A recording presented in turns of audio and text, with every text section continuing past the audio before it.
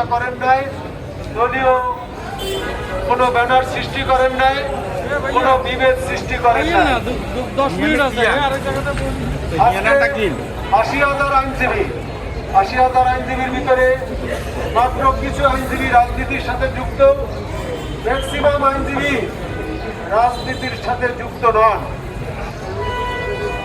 আমরা আশা করছি আইনজীবীরা রাজনৈতিক সচেতন থাকবেন, তারাই বাংলাদেশের গুরুত্বপূর্ণ পদে যাবেন, মন্ত্রী এমপি হবেন, রাষ্ট্রদূত হবেন, বিচারপতি হবেন, সব জায়গায় তাদের পদচারণা থাকবে।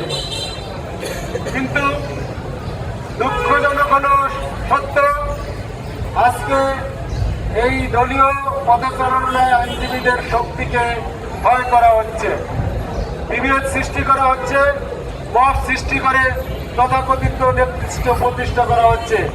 যেই নেতৃত্বের কোনো শক্তি নাই, বল নাই, একটা ছোট জগন্নাথ জায়গায় বসে আছেন, চিফ জাস্টিসের সাথে ডায়ালগ করার কোনো ক্ষমতাই আমাদের সুপ্রিম কোর্ট বার সহ কোনোবারে আইনজীবীদের নেই। কেন নেই? এই বিভেদ সৃষ্টির মাধ্যমে, কারণ তারা প্রকৃত নেতৃত্বে আসতে পারেন নাই।